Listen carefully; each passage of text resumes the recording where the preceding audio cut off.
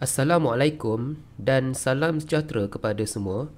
Dalam video ini, kita nak belajar standard pembelajaran 9.3.2 iaitu menentukan luas segitiga menggunakan rumus Heron.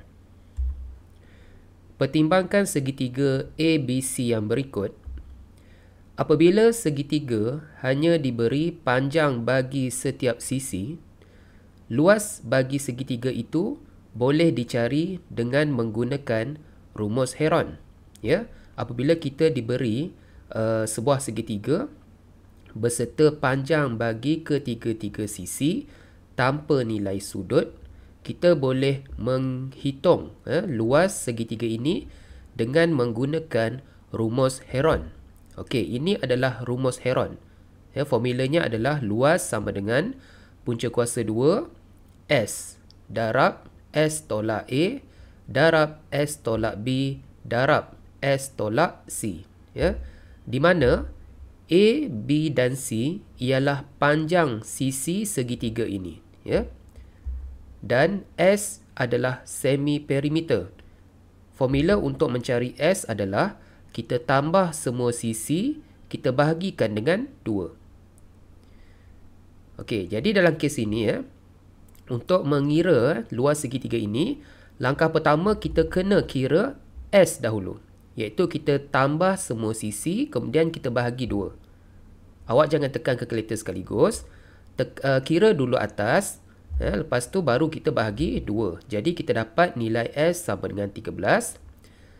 Kemudian, barulah kita gantikan nilai S, A, B dan C ke dalam formula ini. Ya, katakan A kita 10. B kita 11, C kita 5.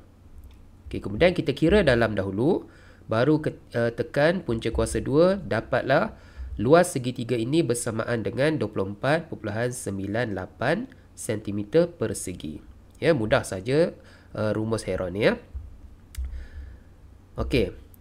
Siapa Heron tu? Okey, ini Heron. Awak boleh baca dalam buku teks ya. Jadi sila buat latihan di dalam buku kerja muka surat 184 soalan 4 dengan menggunakan rumus Heron. Soalan ni awak dah buat.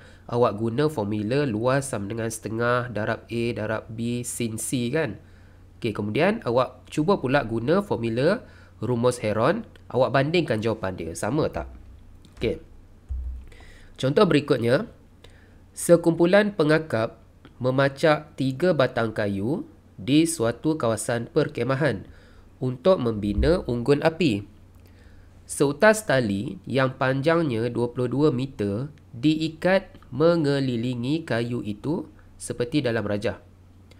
Tali yang diikat itu membentuk segitiga sama kaki. Panjang tali pada sisi yang sama ialah 8 meter.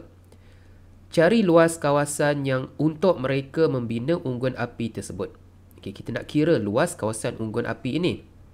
Baik, sekarang dua sisi ni kita tahu 8, 8. Jadi bakinya kita boleh kira kan. Tolak sajalah 22. Tolak 8, tolak 8 dapat 6 meter. Jadi sekarang macam mana kita nak kira luas segitiga ini? Senang saja kita guna rumus Heron ya. Okey, di mana kenalah cari S dahulu kan. Formula nak cari S adalah kita tambahkan semua sisi. Lepas tu kita bahagi 2. Kita dapat 11. Kemudian kita gantikan nilai S, nilai A, nilai B dan nilai C ke dalam formula ini. Ya, 11 darab 11 tolak 8. Ambil sajalah A, B, C 11 tolak 8, 11 tolak 8, 11 tolak 6. Kemudian awak tekan dalam dahulu. Lepas tu baru tekan punca kuasa 2. Maka dapatlah luas segitiga ini bersamaan dengan 22.2486 cm persegi. Boleh Jadi sila buat latihan di dalam buku teks muka surat 260. Latih diri 9.8 soalan nombor 1 sehingga 3. Sekian, terima kasih.